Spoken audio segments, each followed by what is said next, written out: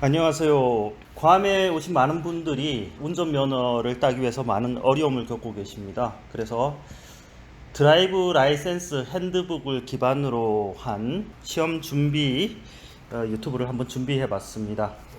괌 도로에서 운전할 수 있는 거는 권리가 아니라 특권이다.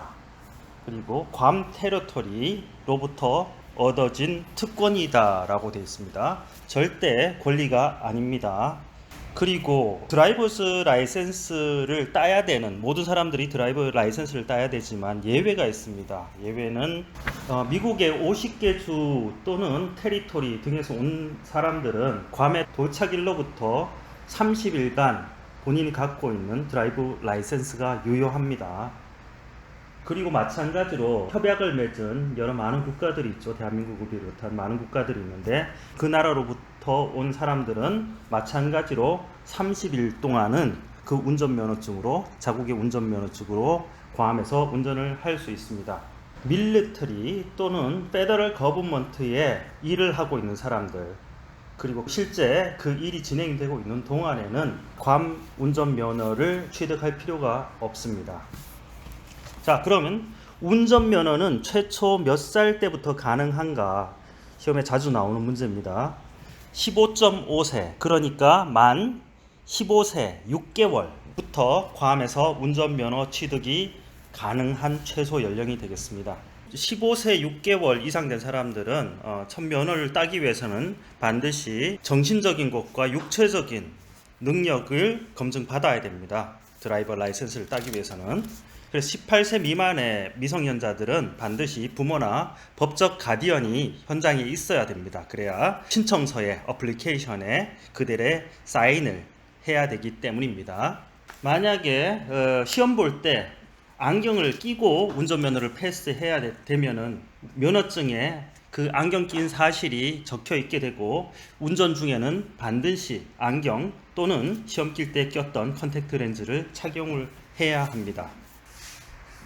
매뉴얼 중에 많은 부분들은 시험과 그렇게 중요하지 않고 그리고 상식적인 부분은 가능한 한 뛰어넘어서 시간을 줄이도록 하겠습니다. 시험을 보기 위해서는 신청자는 유효한 ID가 필요합니다.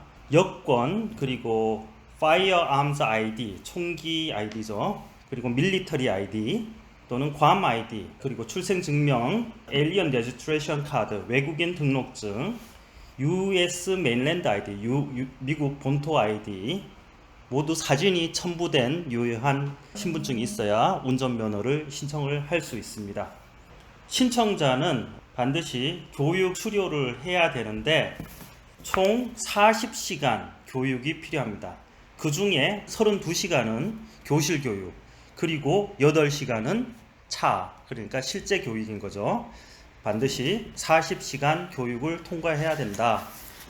그렇지만 아까 말씀드렸듯이 미국과 미국 본토와 그리고 테리토리 협약이 된 여러 나라들에서부터 받은 면허증이 있는 사람들은 필기 시험만 보면은 괌에서의 운전 면허증을 딸 수가 있습니다. 간단하게 운전 면허를 따기 위한 요금을 알아보겠습니다. 먼저 아퍼레이터, 그냥 운전 면허증이죠. 25불이 들어갑니다. 그리고 모든 퍼밋들은 $10, 그리고 인터미디어트 라이센스 $10. 안전 운전을 위한 팁을 몇 가지 말씀드리겠습니다. 예상되지 못한 것들을 예상하라. Expect the unexpected. 그리고 하이웨이에서는 You must be our driver's keeper. 너는 우리 형제들의 보호자가 되라. Watch for danger. 아시다시피 길에서는 많은 변화들이 있고 거기에 대응해서 방어운전을 해야겠습니다. 앞서가던 차가 속도를 줄인다. 이유 없이. 그럴 때는 이 차가 좌회전하겠구나 또는 서겠구나를 예상할 수 있겠죠. 공이 도로로 굴러나온다. 그러면은 이 공을 따라서 꼬맹이가 튀어나올 수 있다. 그리고 차가 막 커브에 스탑을 했다. 차가 막 갓길에 도로변에 스탑을 했다. 그럴 때는 운전자가 문을 열고 내릴 것을 예상을 할 수가 있겠죠. 그래서 옆에 지나갈 때는 조심해야 된다. 이런 등등 우리가 흔히 알 수 있는 안전 운전 팁에 대해서도 한번 매뉴얼을 자세히 살펴보는 것도 좋을 것 같습니다. Traffic laws, rules of the road. 운전자가 지켜야 될 법입니다. 운전자는 반드시 보드, 교통 표지판과 교통 신호를 준수를 해야 됩니다. 근데 만약에 경찰관이나 소방관이 수신호를 한다. 그럴 때는 이들 수신호가 먼저 되는 거죠. 신호등이라든가 다른 교통 표지판보다 경찰이나 소방관의 사인이 먼저가 될 것입니다. 자, The driver's signal, 운전자의 신호. 자, 항상 좌회전하거나 우회전하거나 방향을 바꾸거나 턴할 때는 먼저 시그널을, 그러니까 깜빡이를 먼저 켜서 상대방한테 알려야겠죠. 하지만 이때 중요해야 할 것은 반드시 그 행위가 끝난 다음에는 그 시그널을 꺼줘야 됩니다. 깜빡이를 반드시 꺼주셔야 됩니다. 밤에 수신호, 그러니까 손과 팔로 하는 수신호가 안 보이기 때문에 밤에는 깜빡이, 라이트로 신호를 보내는 것이 중요하다 할 것이고, 낮에는 밝은 햇살로 인해서 깜빡이, 그러니까 라이트 시그널이 잘 안 보일 수가 있습니다. 그럴 때는 핸드 앤드 암 시그널, 수신호죠. 팔과 손으로 하는 신호로 상대방한테 내 의사를 미리 알려야겠습니다. 자, 그러면은 수신호 하는 방법 한번 알아보겠습니다. 차에 우리가 운전자는 왼쪽에 타고 있습니다. 그래서 왼쪽으로 팔을 쭉 뻗었을 때 이때는 좌회전, 랩턴이 되겠죠. 그리고 팔을 하늘로 향해서 쭉 뻗어, 손끝을 하늘로 쭉 뻗어 올린다. 이럴 때는 내가 반대 방향으로 가겠다. 운전석 반대 방향, 즉 라이트 턴을 하겠다. 우회전을 하겠다는 뜻입니다. 그리고 손끝을 땅을 향해서, 땅을 가리킬 때는 내가 정지하거나 아니면은 속도를 늦추겠다는 뜻이 됩니다. 자, starting your vehicle. 차를 출발할 때는 당연히 천천히 주위를 살피면서 출발을 해야겠죠. 그리고 반드시 기억해야 될 것은 여러분은 결코 right of way가 없습니다. 차량 우선 통행권, 차량 통행권, 선행권이라고도 얘기되는 right of the way가 없습니다. 자, 그리고 특히나 차고에서나, 그리고 드라이브웨이는 집에서 이렇게 밖으로 나가는 길입니다. 이 드라이브웨이를 출발할 때는 반드시 주위에서 다가오는 차들과 그리고 보행자들을 살펴야 될 거고, 충분히 조심스럽게 교통에 합류할 수 있도록 해야 할 것입니다. 그리고 만약에 후진일이 필요할 때, 백킹이 필요할 때 내 차 뒤에 뭐가 있는지 살피는 것이 아주 중요할 것입니다. 움직이기 전에는 반드시 뒤를 살펴야겠죠. 필요하다면은 차에 내려서 직접 뒤로 가서 살피는 것도 아주 중요하다고 하겠습니다. 그리고 내 차 뒤쪽에 충분한 공간을, 거울이나 차량 유리를 통해서 충분한 공간이 있는지 확보하는 것도 후진할 때 아주 중요한 부분이라고 할 수 있겠습니다. Stopping and parking. 스탑하거나 속도를 줄이기 전에는 분명한 신호를 다른 차들한테 주어야 됩니다. 차를 주차하게 될 때는 엔진을 끄고, 그리고 파킹 브레이크, 우리 핸드 브레이크라고 하죠. 이거를 잡기 전까지는 절대 차에서 내리면 안 됩니다. 반대로 말씀드리면 차에서 내리기 전에는 반드시 엔진을 끄고, 엔진을 스탑하고, 그리고 파킹 브레이크를 걸어야 됩니다. 자, 우리가 때로는 평행 주차를 해야 될 때가 있습니다. 평행 주차를 하는 방법에 대해서 말씀드리겠습니다. 잘 들어주시기 바랍니다. 먼저 차를 주차할 공간, 앞에 차, 옆에 나란히 됩니다. 나란히 될 때 그 앞에 차와 사이드 투 사이드가 1피트, 그러니까 30cm 정도 떨어지게 주차를 합니다. 그리고 천천히 후진을 해서 2피트가량, 60cm가량 후진했을 때 오른쪽으로 핸들을 꺾어줍니다. 핸들을 꺾어주면은 차는 앞부분이 왼쪽으로 튀어나가고 뒷부분이 안으로 들어가겠죠. 그럴 때 차가 앞부분이 밖으로 튀어나니까 옆에 차가 지나가는지 잘 살펴야 됩니다. 그리고 계속 천천히 백킹을 하면은, 후진을 하게 되면은 약 45도 각도에 이를 때 차를 멈춰 세웁니다. 그리고 똑바로 45도 각도로 꺾인 채로 후진을 합니다. 앞범퍼가 내가 차를 세울 앞차의 뒷범퍼와 나란히 될 때까지 계속 후진을 합니다. 그런 다음 차의 핸들을 왼쪽으로 감아줍니다. 왼쪽으로 감아주면은 차의 앞쪽이 도로 쪽으로 들어가겠죠. 그러면서 왼쪽으로 감은 다음에 차를 천천히 후진을 합니다. 그래서 차의 바퀴가 거의 경계석, 컵이라 그러죠. 경계석, 컵에 닿을랑 할 때까지 후진을 합니다. 거의 6인치, 그러니까 15cm 정도까지 닿을 때까지 후진을 합니다.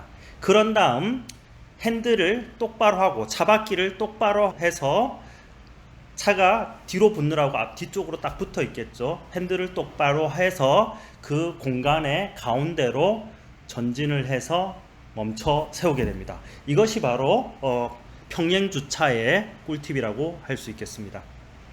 평행 주차를 할 때 법적인 제약 조건이 있습니다. 커브, 즉 경계석과 차 바퀴의 간격이 18인치, 1피트 반, 즉 우리 메트릭으로 얘기하면은 경계석에서 45cm 이내로 들어가야 됩니다. 앞바퀴, 뒷바퀴 동일하게 해당됩니다.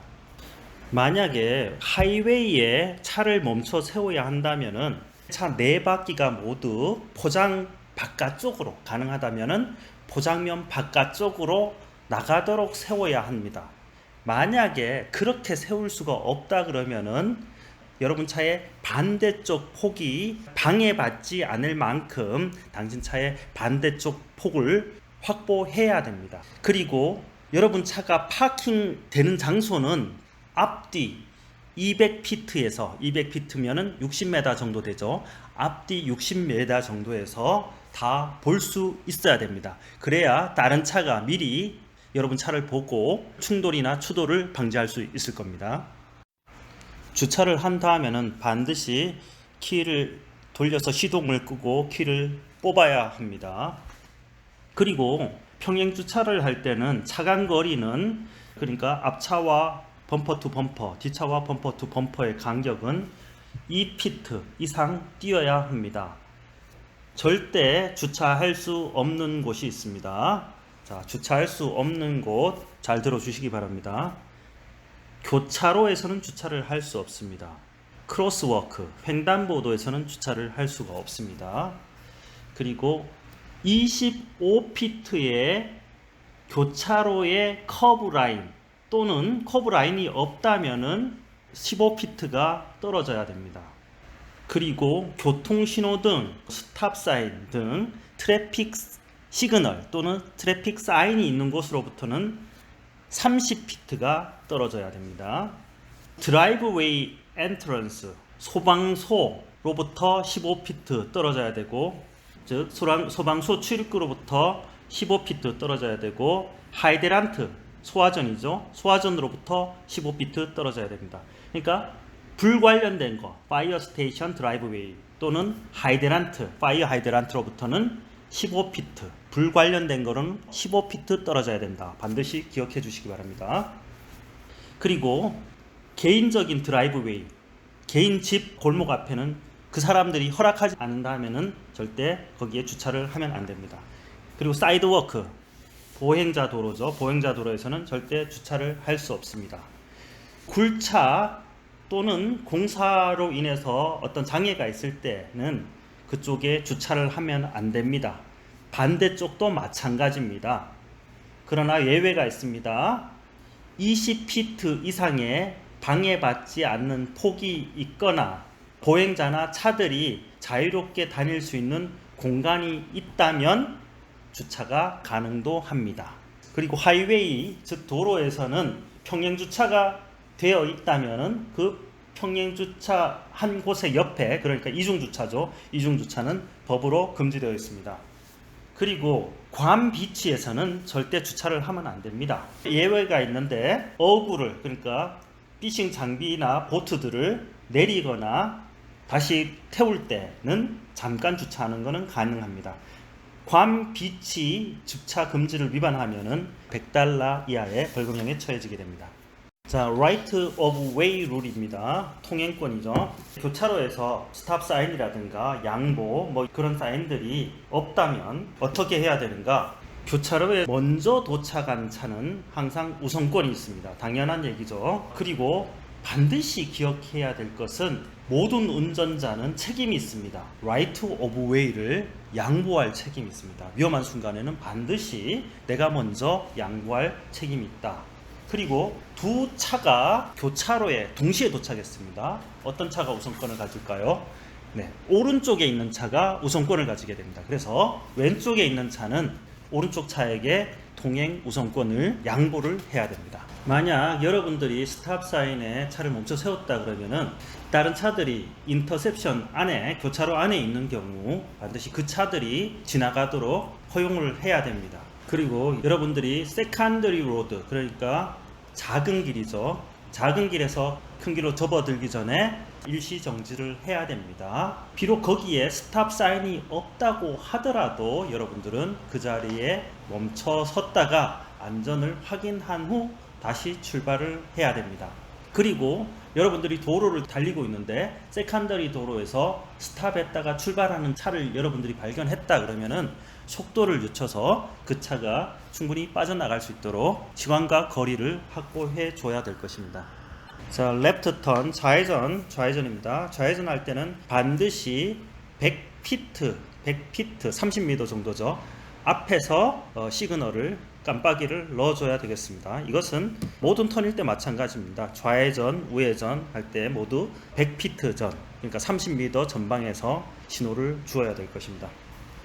좌회전을 할 때는 반드시 안전하다고 판단될 때 해야 됩니다. 만약에 마주오는 차가 있어서 굉장히 위험한 순간에는 그 차한테, 비록 내 신호지만 그 차한테 양보를 해야 할 것이고 안전이 확인될 때에서야 비로소 좌회전을 할 수 있을 것입니다. 이것은 마찬가지로 도로에서 드라이브웨이로 좌회전해서 들어갈 때도 마찬가지로 적용된다 할 수 있겠습니다. 만약 여러분들이 드라이브웨이나 그리고 골목으로 들어가려고 할 때는 안전을 확인한 후에 다른 차를 방해하지 않고 그렇게 해야 됩니다. 도로에서 흰색 실선이나 노란색 실선이 있다고 하더라도 여러분의 프로퍼티로 드라이브웨이로 들어갈 때는 좌회전이 가능합니다. 그리고 이것은 나올 때도 마찬가지로 여러분 자산 프로퍼티에서 드라이브웨이를 통해서 나올 때 비록 거기에 황색 또는 하얀색 실선이 있어도 그 선을 적법하게 넘을 수가 있습니다. 마찬가지로 여기도 세컨더리 웨이나 드라이브 웨이에서 큰 길로 나가려고 할 때는 일시 정지한 후에 안전을 살피고 나가야 되는 것은 기본이라고 할 수 있겠습니다. 여러분이 도로에서 운행 중에 긴급 자동차를 만났다, 소방차, 경찰차, 구급차 등을 만났다 했을 때는 가능한 한 오른쪽으로 붙어서 가는 방향과 나란하게 진행한 다음에 멈춰 세워야 됩니다. 그리고 교차로는 반드시 비워두어야겠습니다. 긴급 자동차가 지나간 다음에 다시 출발하면 되겠습니다. 도로에 있는 보행자들은 안전한 공간에 머물렀다가 긴급 차량이 지난 후에 다시 지나가면 되겠습니다. 차량 운전자는 반드시 그 right of way를 보행자한테 양보를 해야 되는데 그들이 횡단보도에 있을 때나 또는 횡단보도 마크가 되어 있지는 않지만은 인터셉션, 그러니까 교차로 바깥쪽에 횡단보도를 통해서 사람이 걸어갈 때는 반드시 통행권을 보행자에게 양보를 해야 됩니다. 그리고 그런 보행자들에게 양보하기 위해서 차량을 멈춰 세운 차가 저 앞에 있습니다. 그럴 경우에 뒤따르는 거기에 접근하는 운전자는 그 차를 가로질러서 따로잡아서 또는 추월해서 앞으로 나가서는 안 됩니다. 반드시 앞에서 멈춰선 차가 출발한 다음에 그 차를 쫓아가야 합니다. 자, 턴할 때 반드시 주의해야 될 거 100피트 전방에서 시그널을 보내야 됩니다. 깜빡이를 켜거나 수신호를 해야 된다는 뜻입니다. 100피트라면 30m 전방이죠. 그리고 이전을 확인한 다음에 좌회전이든 우회전이든 실행할 수 있을 겁니다. 그리고 우회전 할 때는 오른쪽에 바짝 붙여서 오른쪽 레인에서, 오른쪽 가장자리 레인에서 길 건넜을 때도 오른쪽 가장자리 레인으로 자선으로 들어가야 됩니다. 절대 턴을 둥글게 해서는 안 되겠죠.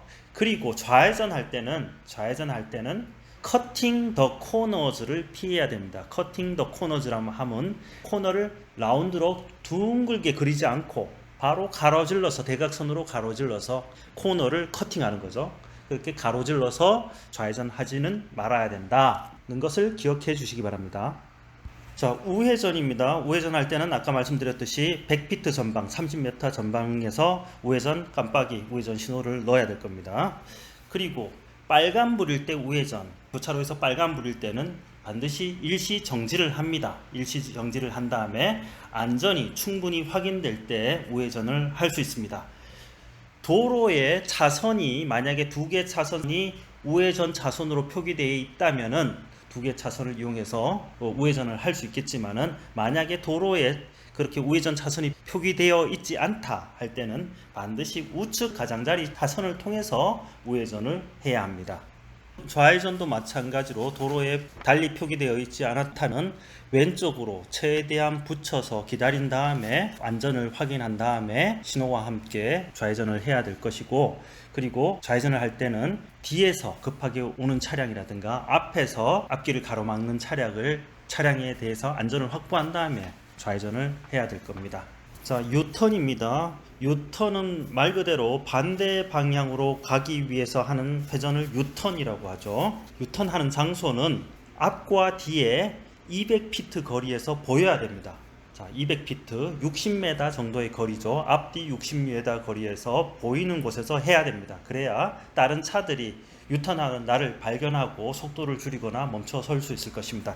이 200피트 거리는 주차할 때도 마찬가지입니다. 도로상에 주차할 때도 양쪽 200피트에서 보이는 거리에 주차하라 라는 얘기가 나왔었죠. 그리고 유턴을 하면 안 되는 곳 한번 짚어보겠습니다.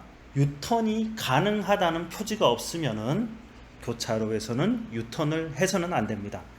그리고 다른 차가 가까워서 칠 수가 있는 거리에는 당연히 유턴하면 안 되겠죠. 마찬가지로 유턴이 금지됐다는 사인이 있는 곳에서는 유턴을 하면 안 될 거고, 그리고 드라이브웨이 엔트런스, 차가 나오는 골목길, 그리고 소방소에 접근하는 길 또는 드라이브 엔트런스에서는 절대 유턴을 하면 안 됩니다.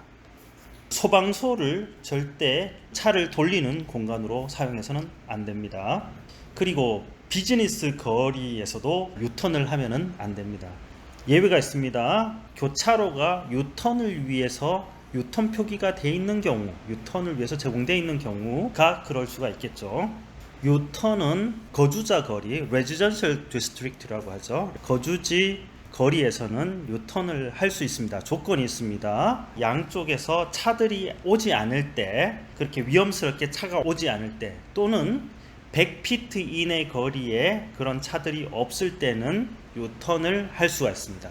100피트 거리라면 30m 거리가 되겠죠. 주어진 곳에 유턴의 신호가 있고 유턴을 합법적으로 할 수가 있다 그러면은 여러분은 노란색 또는 하얀색 실선을 넘어서 유턴을 할 수 있습니다. 좌회전 규정하고 마찬가지죠. 좌회전이나 유턴은 합법적으로 할 수 있는 곳에서는 주황색, 그리고 흰색, 황색, 백색 실선을 넘을 수가 있다는 것을 알아주시기 바랍니다. 레인 체인징, 차선 변경입니다. 차선 변경 시 주의해야 될 것은 절대 교차로에서는 차선 변경을 하면 안 됩니다. 그리고 중앙 차선에 대해서 말씀드리겠습니다. 히스토리컬리, 역사적으로 가운데 차선은 자살 차선, 그리고 카미가제런이라고 불려왔습니다. 왜냐하면 너무 안전하지 못하고 불법이 이곳에서 너무 많이 이루어지고 있습니다.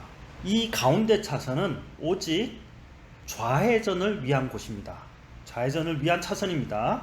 절대 추월 차선이 아니고, 그리고 세이프티 존, 보행자를 위한 안전지대도 아닙니다.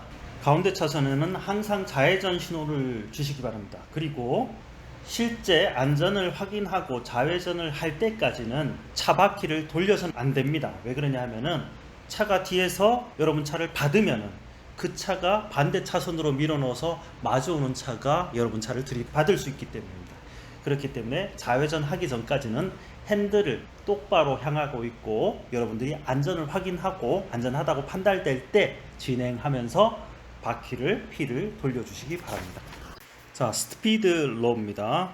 기본적인 베이직 스피드 로우. 괌 법에서는 여러분들은 안전한 이상으로 달려서는 안 됩니다. 안전한 이상으로 달려서는 안 됩니다. 이것은 베이직 스피드 로라고 부르는데 절대 스피드 리밋을 정확한 제한 속도를 두지 않았습니다. 법적으로 제한은 두지 않았지만은 어떤 곳에서는 absolute limit이라고, 다른 어떤 곳에는 최대 속도라고 제한을 두고 있습니다.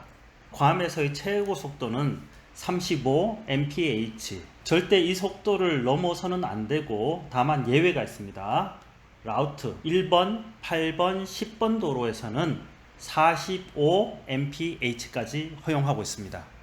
최대 속도는 35 mph. 그렇지만 예외적으로 1번, 8번, 10번 도로에서는 45 mph까지 허용되고 있습니다. 자, 괌 도로는 주로 코럴 베이스, 그러니까 산호석으로, 산호가 깨진 그런 돌조각으로 만들어집니다. 그러다 보니까 기본적으로 유분 성분이 있고 거기에 비가 오면은 그 유분 성분이 땅으로 올라와 가지고 도로에 미끄러움을 더합니다. 그리고 이러한 유분들은 비가 왔을 때 차 바닥에 튀어서 브레이크를 고장시킨다든가 뭐 다른 작동을 잘 못하게 만듭니다. 그래서 항상 좋은 컨디션으로 유지를 시킬 필요가 있습니다. 자, 여러분들이 길에서 미끄러질 때 어떻게 해야 되냐? 절대 브레이크를 콱 밟으면 안 됩니다. 그러는 대신에 여러분들은 악셀레이터에서 먼저 발을 떼고 미끄러지는 방향으로 차 바퀴를 나란하게 움직여야 됩니다.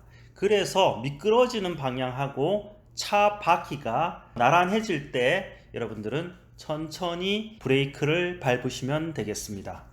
차를 안전하게 스탑하기 위해서는, 정지하기 위해서는 차간 거리를 확보를 해야 됩니다. 한국 사람의 생각으로는 좀 이상하게 들리겠지만은 이 매뉴얼에 따르면은 매 10 mph 마일퍼아워마다 앞차와의 간격 차량 한 대 거리 이상씩을 확보하라고 되어 있습니다. 매 10 mph 스피드마다 차 한 대씩의 거리를 확보하는 거 반드시 기억해 주시기 바랍니다. 그리고 외부 조건에 따라서, 그러니까 도로 노면 상태에 따라서 이 거리는, 차간 거리는 그에 맞게끔 조정을 해야 됩니다. 자, passing and clearing, passing on the right. 대부분 여러분들이 차를 추월할 때는 왼쪽으로 추월하는 게 맞습니다. 그런데 오른쪽으로 추월할 수 있는 경우가 있습니다. 아래와 같은 경우 오른쪽으로 추월을 할 수 있습니다. 다른 어떤 차가 좌회전 하려고 할 때 또는 좌회전 중일 때는 결코 왼쪽으로 추월해서는 안 됩니다. 그리고 비즈니스와 레지던셜 디스트릭트, 상업 또는 거주 거리에서는 길이 충분히 2개 또는 그 이상의 차선으로 충분히 넓을 때, 그리고 안전할 때 여러분들은 오른쪽으로 추월을 할 수 있습니다. 하지만 이럴 경우에도 결코 도로 밖으로 나가서 차를 추월해서는 안 됩니다.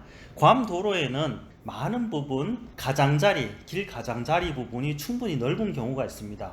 이럴 때도 하얀색 실선을 넘어서 가장자리로 나가서 추월하는 일은 절대로 없어야겠습니다. 가장자리 차선은 자전거, 동물, 보행자, 장애인들을 위한 도로입니다.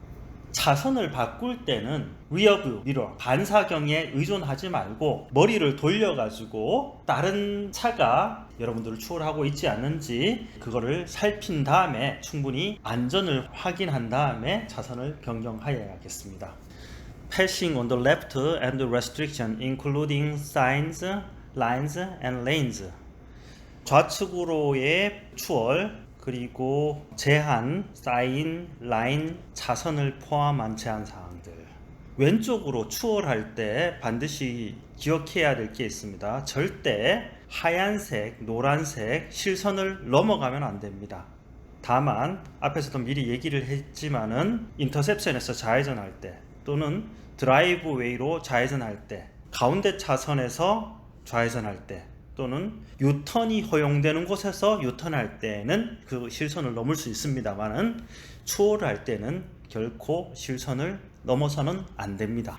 그리고 실선과 점선이라고 해야 되나요? 단속선이 같이 있을 경우 점선 쪽에 있는 차는 넘어갈 수가 있습니다. 하지만 실선 쪽에 있는 차는 넘어갈 수가 없습니다. 그리고 가운데 차선이 점선으로 되어 있는 경우 양쪽 차가 다 넘어갈 수가 있죠. 추월을 할 수가 있습니다.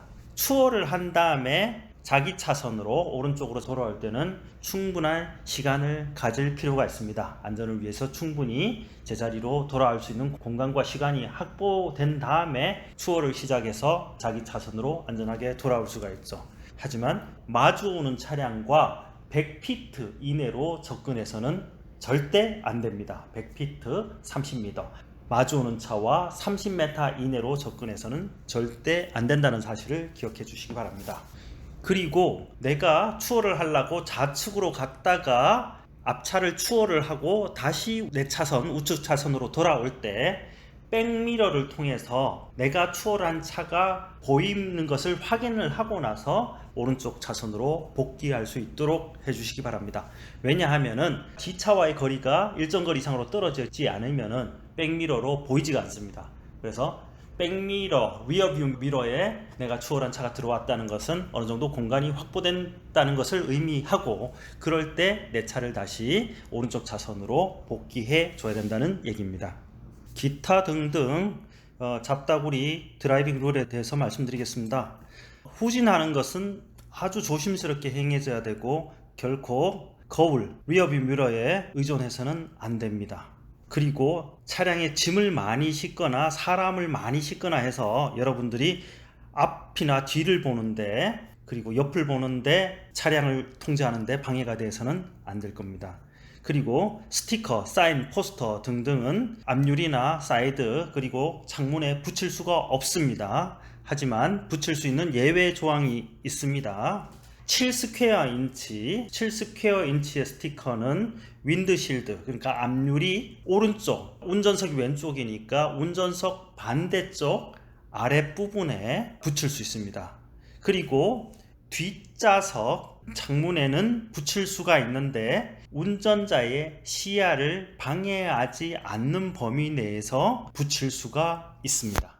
자, 다시 한번 정리하면은 스티커를 붙일 수 있는 예외 조항, 앞유리 운전자 반대쪽 아래쪽에 7스퀘어 인치 이하의 스티커를 붙일 수가 있습니다. 그러니까 앞유리 오른쪽 차량 안에서 봤을 때 앞유리 오른쪽 아랫부분 7스퀘어 인치 미만 이하 사이즈, 그리고 뒷좌석의 옆유리, 다만 운전자의 시야를 방해하지 않아야 한다는 조건 기억해 주시기 바랍니다. 탑승이 의도되지 않은 공간에 패신저를 태워서는 안 됩니다. 만약에 픽업 트럭의 뒷좌석에 사람을 태워야 된다 그러면은 그 사람들이 안전하게 고정될 수 있어야 되고, 그리고 캡이라든가 뒷문 이런 게 충분히 닫혀 있어야 됩니다. 그리고 가능하면은 시트 벨트가 설치되어 있는 것이 좋겠죠. 그리고 항상 운전할 때는 보행자를 주의를 해야 됩니다. 사이클리스트나 보행자들한테 그들이 다닐 수 있는 공간을 확보해 줘야 됩니다.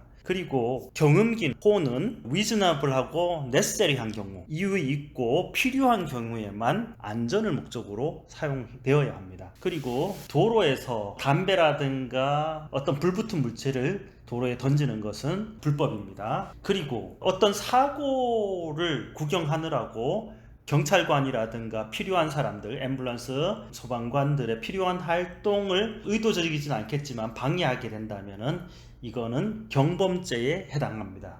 드라이빙 앳 나이트, 야간 운전입니다. 낮 동안에 지친 피로 때문에 여러분들은 밤 운전에 주의를 덜 할 수가 있습니다. 그래서 속도를 낮춰서 운전해야 됩니다. 헤드라이트는 여기에서 제가 가장 좀 이상한 부분인데, 아무튼 시험에도 이렇게 나오니 이상하더라도 반드시 숙지해 주시기 바랍니다. 이상하니까 더 잘 숙지가 될 겁니다. 헤드라이트는 해 뜨기 1시간 전부터 켜야 됩니다. 해 뜨기 1시간 전부터 켜야 된다. 낮에 켜야 된다는 얘기인가? 아무튼 이상하지만 외워주시기 바랍니다. 그리고 항상 충분한 빛이 없을 때는 반드시 헤드라이트를 켜야 한다고 알아주시기 바랍니다. 헤드라이트를 켜야 되는데 파킹 라이트만 켜는 것은 불법입니다. 파킹 라이트는 오직 파킹을 위해서 필요한 거지 주행을 하기 위해서 필요한 거는 아닙니다. 그리고 항상 헤드라이트를 적절하게 조정이 되어야 합니다. 로우어빔, 하향등이 절대 상부로 조사되어서는 안 될 것입니다. 불빛을 하향빔으로 쬐었는데 맞은편에 오는 차를 눈비치게 해서는 안 된다는 뜻이죠.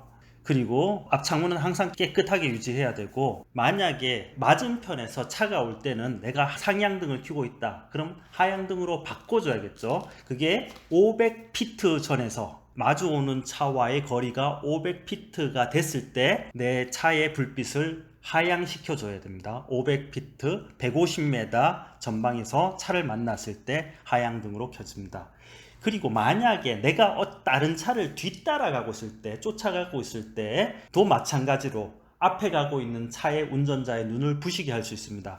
그럴 때도 마찬가지로 불빛을 상향해서 하향으로 바꿔줘야 되는데, 그 거리가 300피트일 때, 300피트에 들어왔을 때는 하향등으로 바꿔줘야 됩니다. 300피트라고 하면은 100m, 90m 정도 되겠죠. 90m 정도가 되면은 하향등으로 바꿔준다. 다시 정리하면은 마주오는 차와의 거리가 150m, 500피트일 때는 하향등으로 바꿔준다. 그리고 뒤따라가는 차의 앞차의 거리가 300피트 이내면은 300피트에 들어왔을 때는 하향등으로 바꿔준다.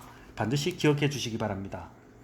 그리고 맞은편의 차의 불빛 때문에 눈부셔서 시야가 보이지가 않을 때, 앞이 보이지가 않을 때 앞을 보기보다는 오히려 오른쪽 길의 가장자리 부분, 엣지 부분을 살피면서 가는 것이 오히려 안전할 수 있습니다. 그리고 가로등이 밝혀진 도로에서는 하향등을 이용해 주셔야 합니다. 그리고 안개가 끼었을 때는 속도를 줄여주고 절대로 상향등을 켜면 안 됩니다. 상향등을 켜면은 마치 안개가 거울처럼 작용해서 반짝반짝 빛나기 때문에 가시거리를 더 좁혀줍니다.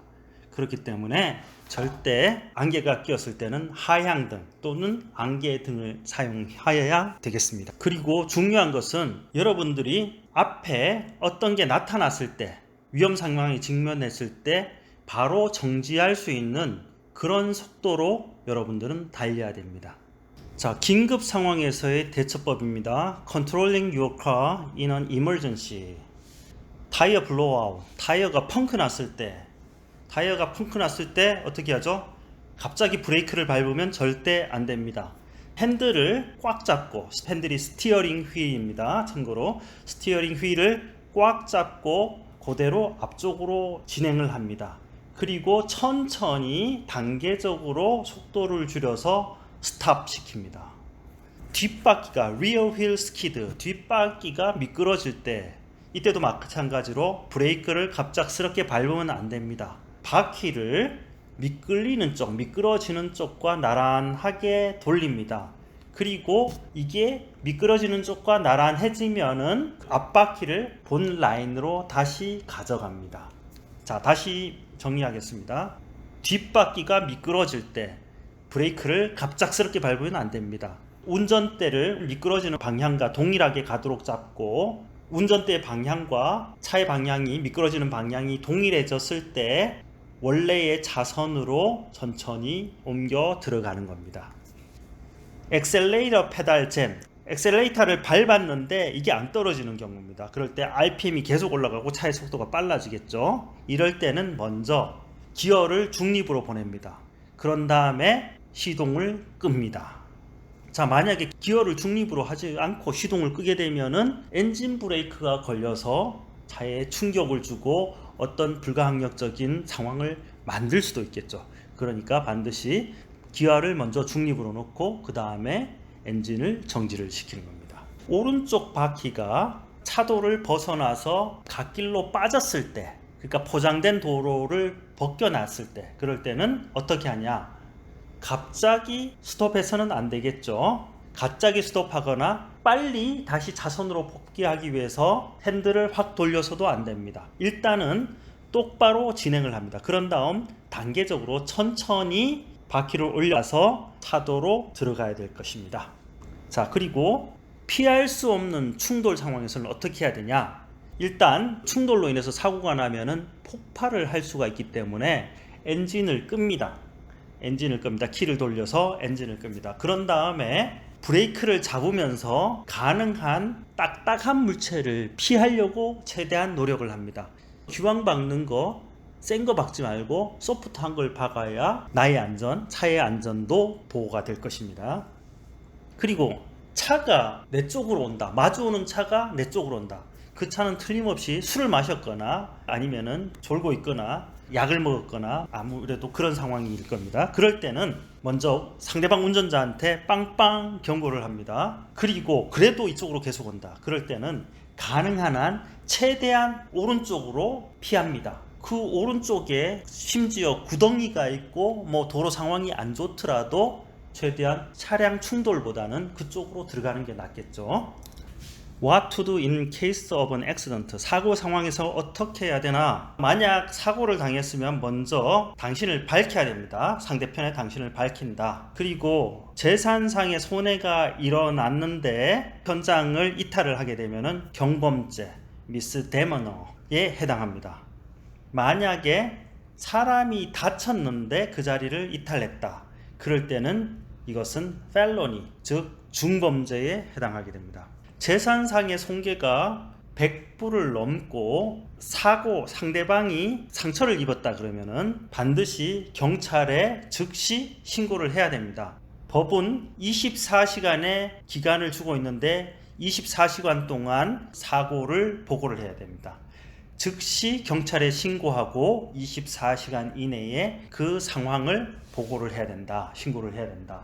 그리고 또한 10 워킹데이, 10 워킹데이, 그러니까 근무일수 10 근무일 이내에 경찰에 신고한 10 근무일 이내에 Department of Revenue에 DRT, Department of Revenue and Taxation에 신고를 해야 됩니다. 그리고 만약에 재산상의 손해가 250불 이상이거나 그리고 상대방이 상처를 입었다 그러면은 경찰에 신고한 때로부터 10 워킹데이, 그러니까 10 근무일 이내에 사고를 DRT, Department of Revenue and Taxation, DRT에다가 신고를 해야 됩니다. 10일 이내. Driving under the influence, 술이나 약물 영향하에서의 운전을 얘기를 합니다. 도로에서 일어나는 사고의 반 이상은 drive under the influence 하에서 이루어진다고 합니다. 누구든지 도로에서 운전 중에 술을 마시면은 술이나 영양물질 하에서 운전을 하거나 운전에 영향을 주는 행위를 하면은 misdemeanor, 경범죄에 의한 처벌을 받게 됩니다. 괌에서 운전하는 사람들은 누구나 체열이라든가 오줌 그리고 호흡을 통한 테스트에 동의를 한 걸로 되어 있습니다. 만약에 이러한 테스트에 거부를 한다 그러면은 이 사람들은 아래 결과에 처해질 수 있습니다.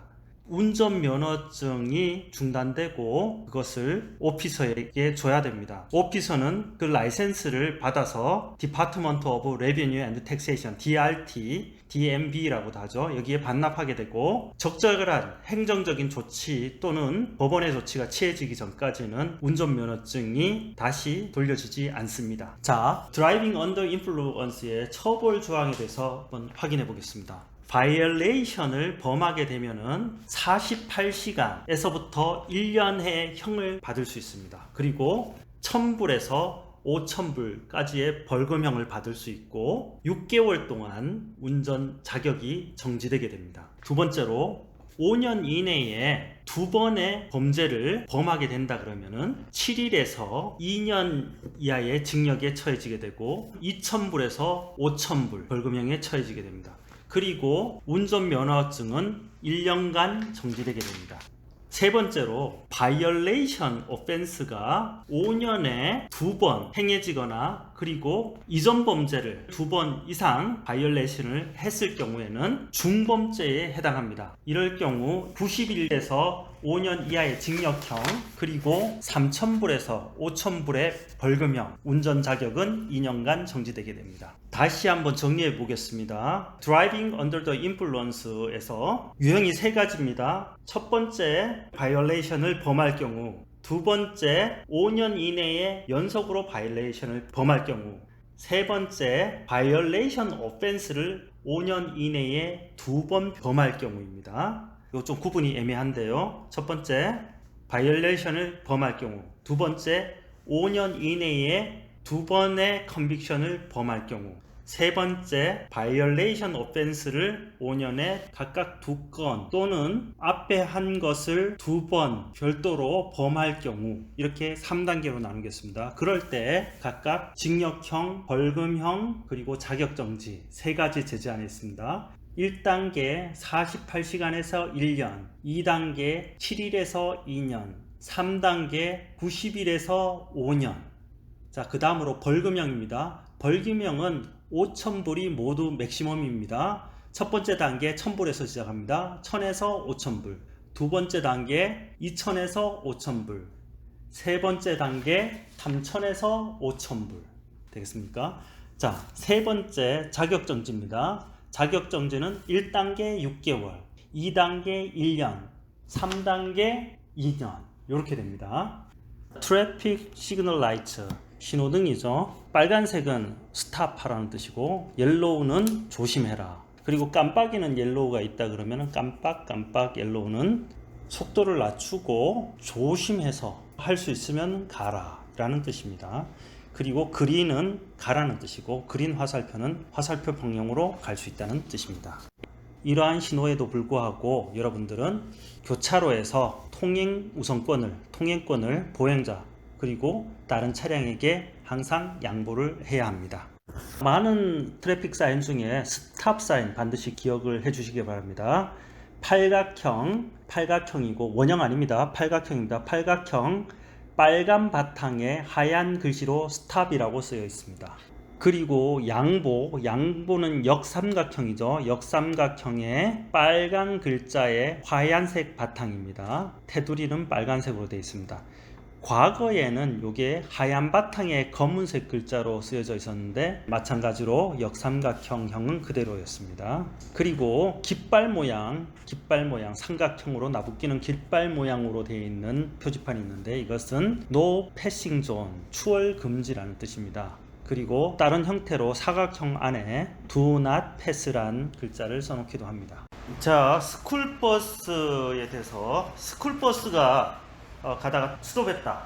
그리고 스탑 사인을 펼치고 내기퉁에서 깜빡깜빡하고 있다. 이럴 때는 여러분들은 어느 방향이 됐든지 반드시 멈춰 서야 됩니다. 왜 그런가 하면은 학생들이 내리거나 탈 수도 있고 또는 내려서 길을 건널 수가 있기 때문입니다. 여러분이 가는 방향의 버스가 서든 아니면은 중앙선 반대 방향에서 버스가 스탑하든 간에 여러분들은 반드시 멈춰 섰다가 스쿨버스가 그 깜빡이는 사인과 스탑 사인을 닫을 때까지 기다렸다가 반드시 출발하여야 합니다. 자, 바이시클 앤드 모페즈. 자, 바이시클은 자전거고 모페즈라는 거는 전동 자전거라고 할 수 있겠죠. 이거를 운전하기 위해서는 여러분들은 반드시 18살 이상이어야 됩니다. 공공도로에서 모페드를 운전하기 위해서는 여러분들은 18살 이상의 성인이어야만 운전이 가능합니다. 그리고 이 모페드나 바이시클을 탈 때는 여러분은 똑같은 자동차 운전하는 것과 똑같은 도로교통법이 적용됩니다. 그래서 여러분들은 자동차와 같이 시그널 사인도 해야 되고, 그리고 보행자한테 라이트 오브 웨이도 양보를 해야 합니다. 자, 모페드의 드라이빙 팁입니다. 모페드는 혼자 타는 게 좋습니다. 그리고 차가 딱 멈췄었을 때 그 차문이 열려서 여러분이 가는 길에 그 열린 문과 부딪히지 않도록 조심해야 됩니다. 붐비는 교차로에서는 여러분들은 자전거나 모페드에서 내려서 끌고 가는 것이 보다 안전합니다. 그리고 홀이라든가 뭐 어떤 울퉁불퉁 튀어나온 부분, 그런 부분들을 잘 피해서 가야겠죠. 만약에 이런 데 부딪힌다 그러면은 여러분들은 자전거에 대한, 모페드에 대한 컨트롤을 상실할 수 있는 것입니다. 그리고 괌에서는 빗물바지 아시죠? 빗물이 도로에서 흘러 들어가는 구멍 말입니다. 거기에 설치되어 있는 뚜껑을 그레이팅이라고 하는데, 그레이팅이 가는 도로하고 나란하게 평행 방향으로 홈이 파져 있는 경우가 있습니다. 이런 것들은 대단히 위험하기 때문에 여러분들이 자전거나 모페드를 운전하실 때 특별히 주의해야 됩니다. 등록, 그리고 자동차 검사. 모든 자동차는 반드시 등록을 해야 됩니다.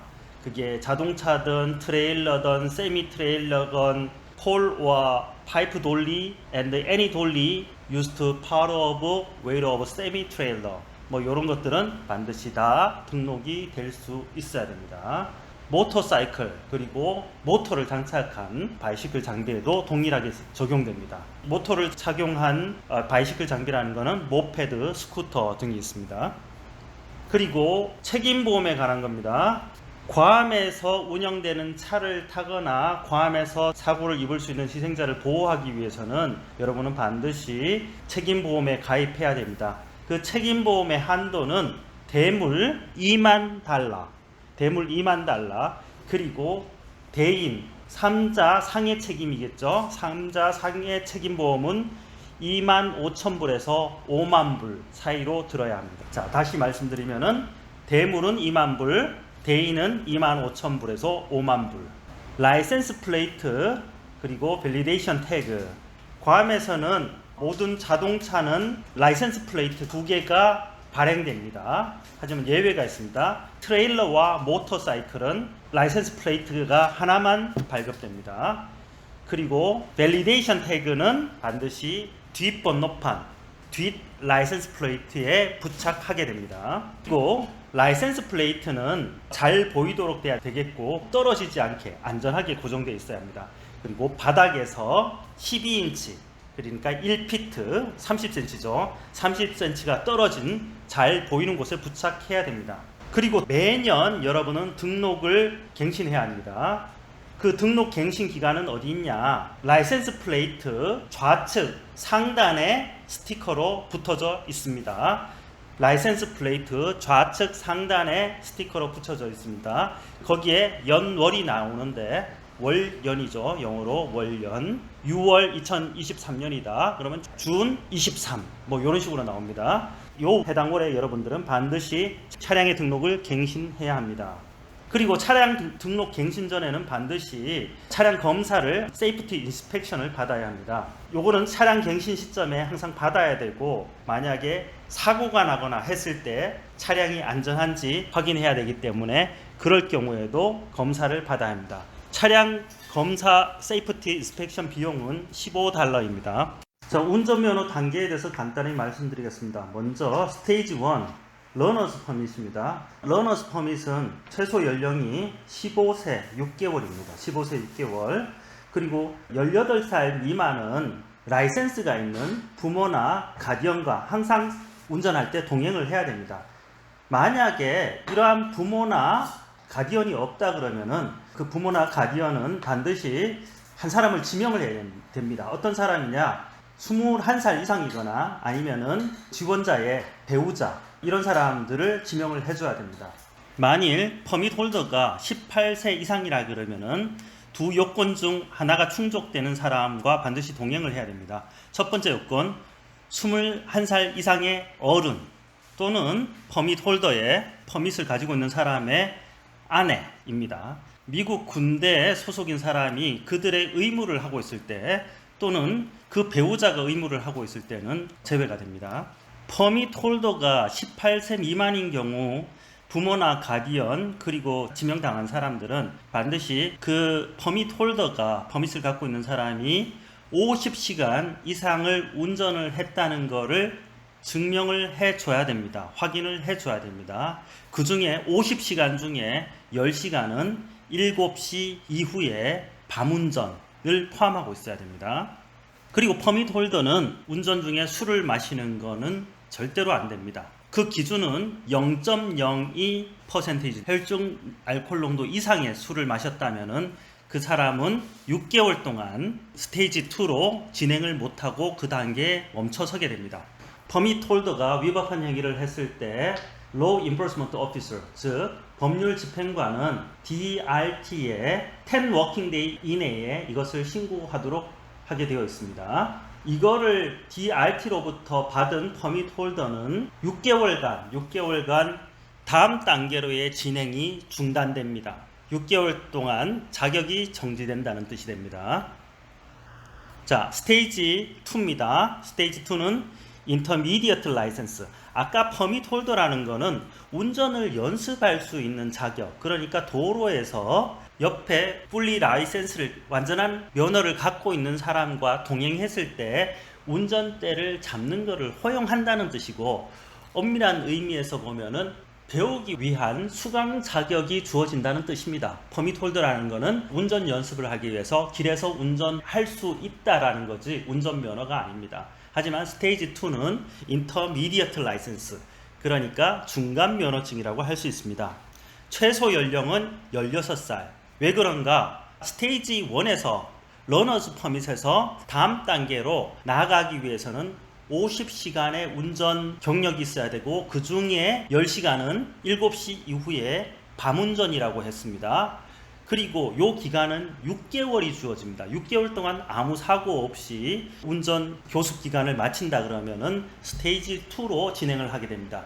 그래서 스테이지 2로 진행되는 최소 연령은 16세가 됩니다. 15.5세 더하기 6개월 16세. 그리고 마찬가지로 알코올에 대해서는 무관용 원칙이 적용됩니다. 0.02%가 넘으면은 그 다음 단계로의 진행이 6개월간 중단되게 됩니다.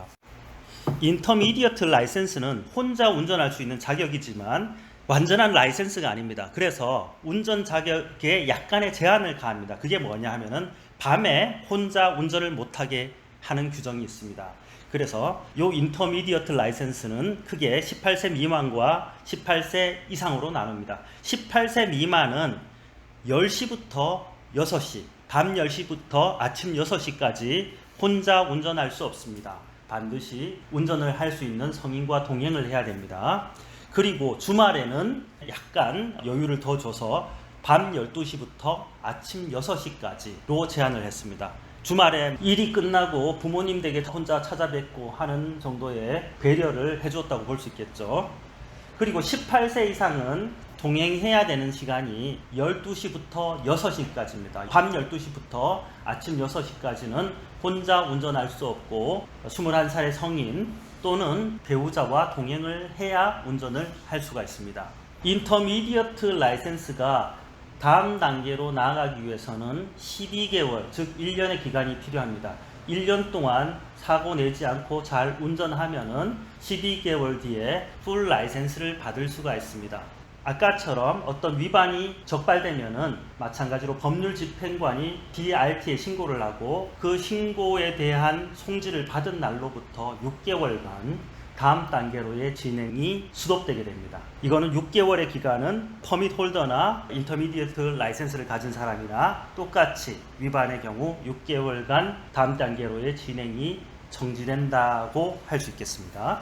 그리고 최소 16세에 시작한 인터미디어트 라이센스가 1년이 지나면은 풀 라이센스로 전환될 수 있기에 풀 라이센스를 받을 수 있는 최소 연령은 17세가 되게 됩니다. 반드시 기억해 주십시오. 17세가 되면은 풀 라이센스를 받을 수 있게 됩니다. 풀 라이센스를 받기 위해서는 반드시 중간 단계인 인터미디어트 라이센스를 수료해야, 1년 동안 무사고 운전을 해서 수료해야 풀 라이센스를 받을 수 있게 됩니다.